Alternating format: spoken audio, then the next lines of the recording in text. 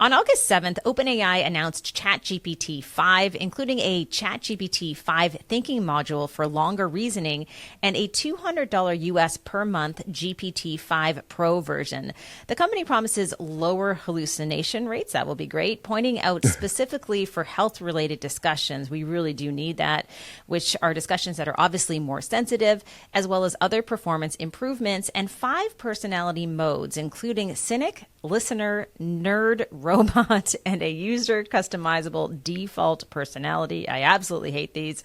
OpenAI says that ChatGPT-5 should feel less like talking to AI and more like chatting with a helpful friend with PhD level intelligence. Jeff, how big of a deal is this? Well, let's start off on the hallucinations level first. So keep in mind that the rate at which GPT-5 makes false claims is still 9.6%, which, while definitely an improvement on the 12.9% rate of the previous model, being wrong 10% of the time isn't exactly something to brag a lot about. In fact, there's a great column by Matt Novak over at Gizmodo who outlines how GPT-5 couldn't correctly list U.S. states that contained the letter R in their names. So it included Illinois, Massachusetts, and Minnesota in its response. And Matt then thought he'd have some fun with it by asking GPT-5 why it included Vermont on its list, even though it should be on the list because it does have an R.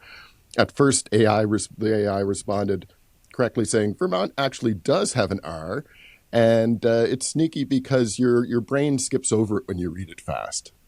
Wow. Okay, so Matt pushes back and says, Vermont doesn't have an R, though, to which ChatGPT-5 responds, oh, wow, you're right.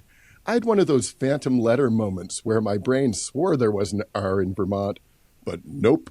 And then he did it again. He was able to get the same response after claiming that Oregon didn't have an R, with ChatGPT-5 saying, you're right again. I clearly need to take my own advice about slowing down. Oregon looks like it should have an R, but when you check letter by letter, nope.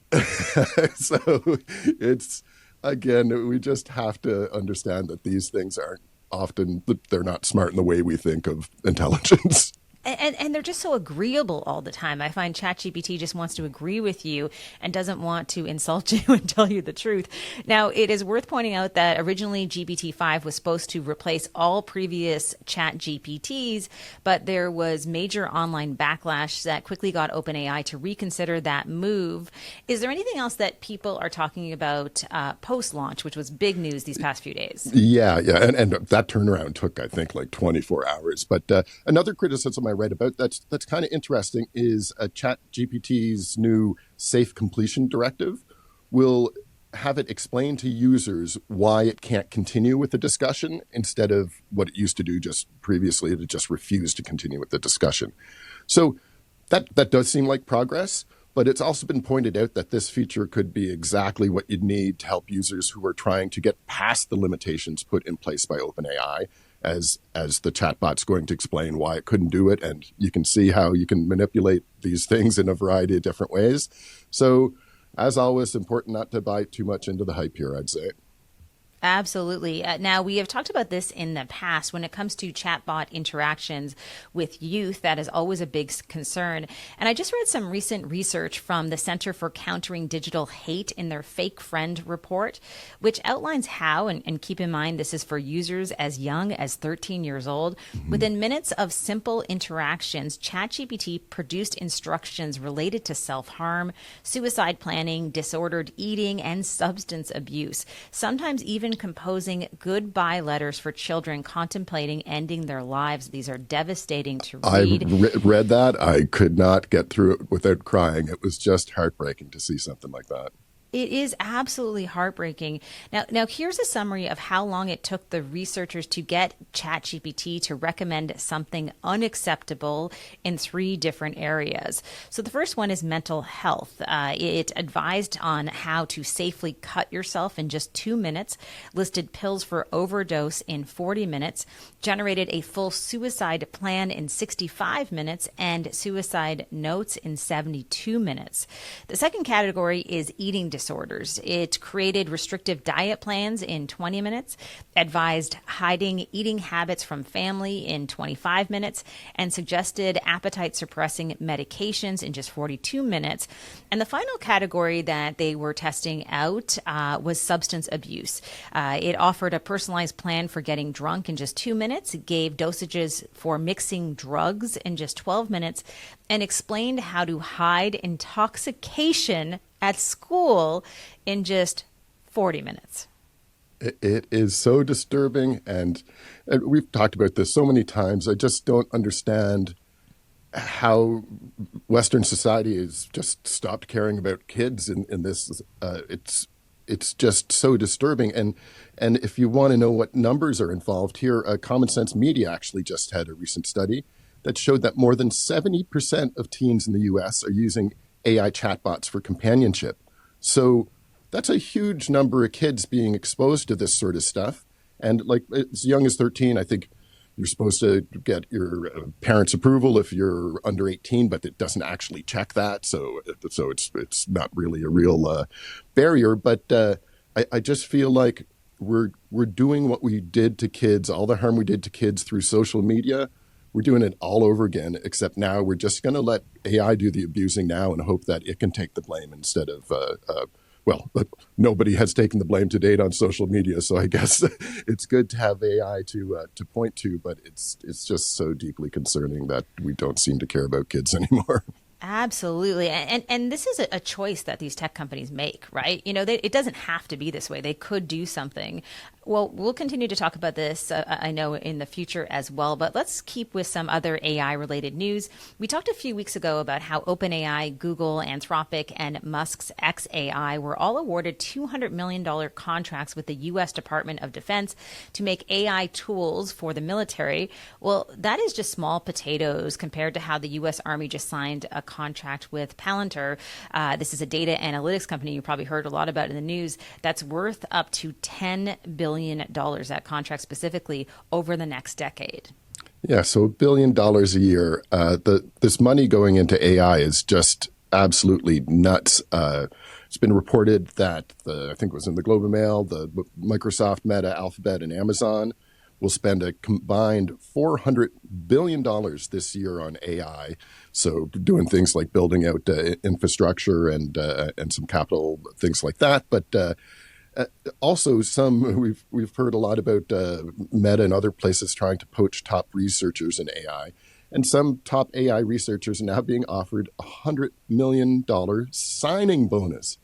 So I mentioned it in the past, but it's hard not to think back to my Bill Hicks quote about how we have more than enough money to feed, clothe, and shelter every human being on Earth, and we simply choose not to do so.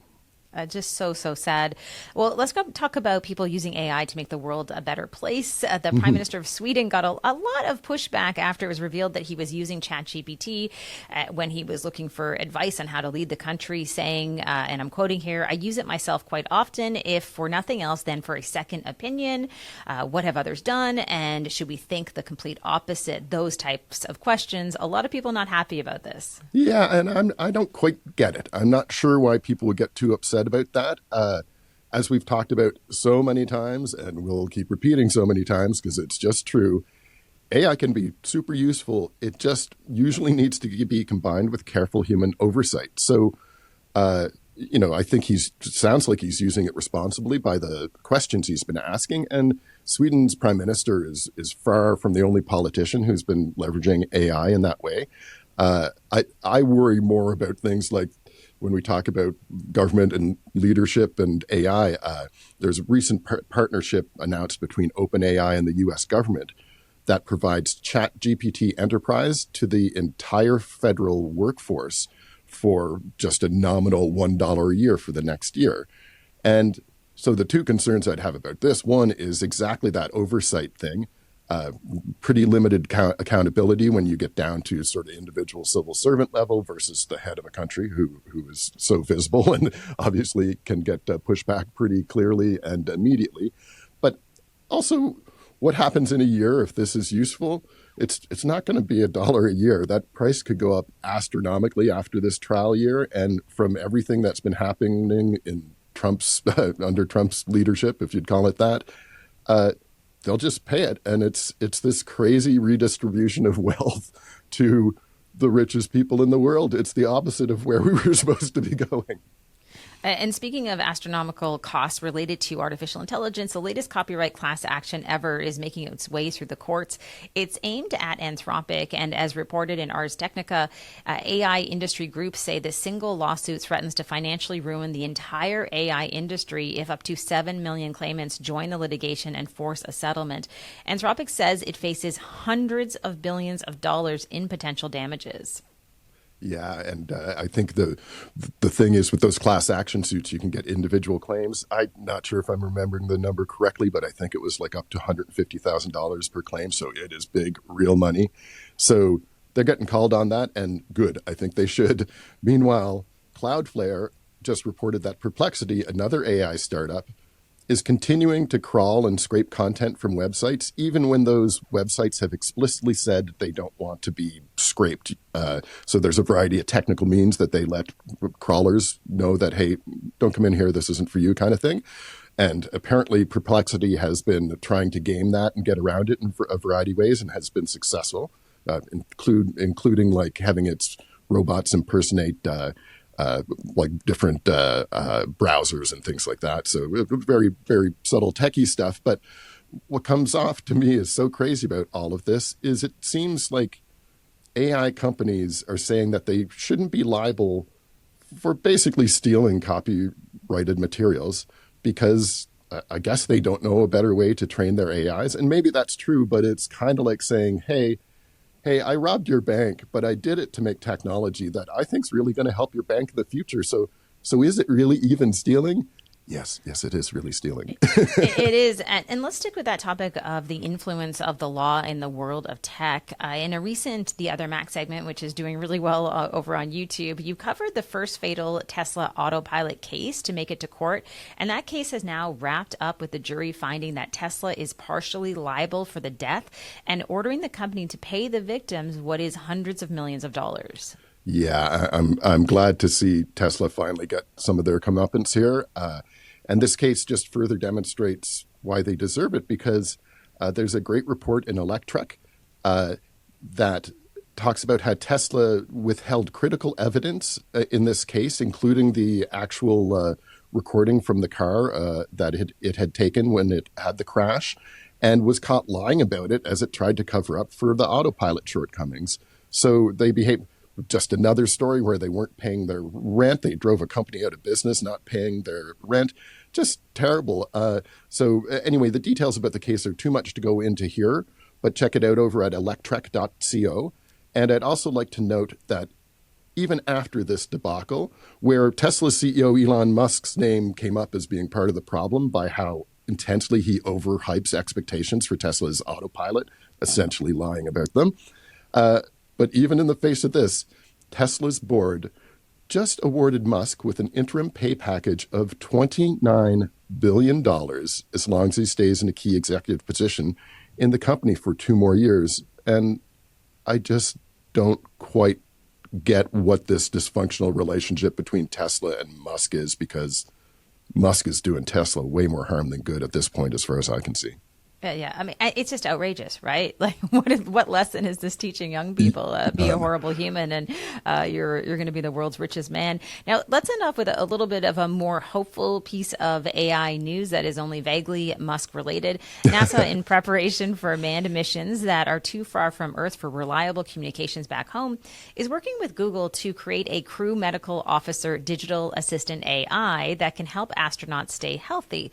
Well, this may not be put into use very soon. It does seem like such a valuable tool, given that how it can help with medical issues without needing to be connected to the internet.